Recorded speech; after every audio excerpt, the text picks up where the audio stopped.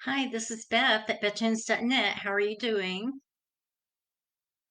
This is Writing on Wednesdays, practical tips for speakers and writers. I do this on Wednesdays at 2 p.m. Central Time. That is 3 p.m. Eastern Time. And last week I was not here. Had a little bit of worship going. Last week I was not here because my husband Ray and I traveled with our youngest daughter Leah to Arizona to see the Grand Canyon. We were celebrating Leah's college graduation and it was absolutely beautiful. I had never been, and neither had Leia. Ray went as a child. If you've never seen it, I strongly encourage you to go if you ever get a chance to go. I'm going to be doing a blog series with the pictures from that trip at my website at betchins.net. But today's topic is on speaking, and it is who is your audience, who is your person, and what do you need to say to them? What powerful message do you need to share with them? When I went to the track today in town, I just noticed the bleachers and it was empty. And that's probably because it was about to rain.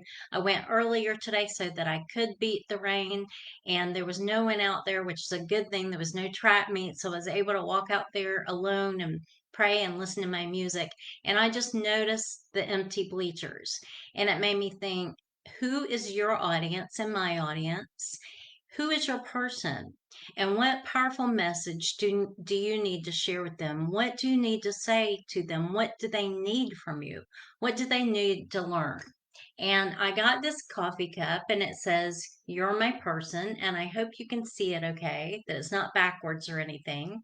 I bought my sister the same coffee mug a while back as a gift. I sent her a little care package and I just loved it because of what it said. She is my person. She's my best friend. She's my prayer warrior. She's my therapist. And I just love her so much. She's my only sister. And I also love the heart on it because I love hearts. But who is your person? Who are your people? The people that God has for you to reach that need to learn from you.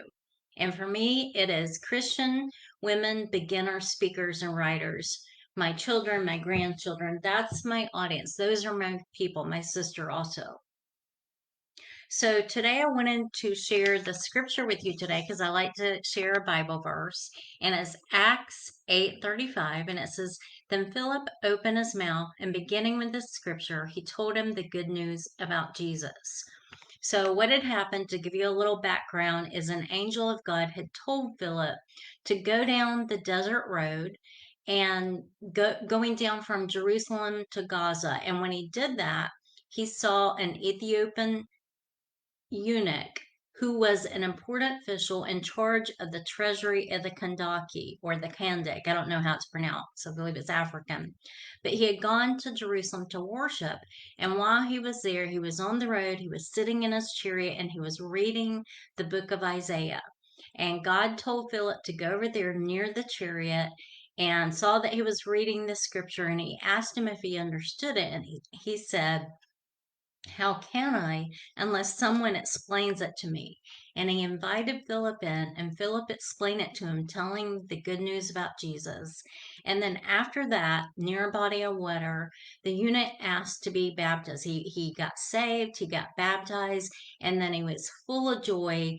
And then God took Philip away. So it's an incredible story about how God used a man who was just simply willing and open to open his mouth, to be used by God to speak, to share the good news about Jesus Christ. So that's what I want to encourage you with today in Writing on Wednesdays. I do this on Wednesdays at 2 p.m. Central Time, 3 p.m. Eastern Time. Who is your person? Who are your people? Who's your audience? Who are the people that you need to reach with your message, your powerful message? This is Beth at betchins.net, and be sure, if you're not already signed up on my email list over at betchins.net, sign up at the top of the page on the right hand side.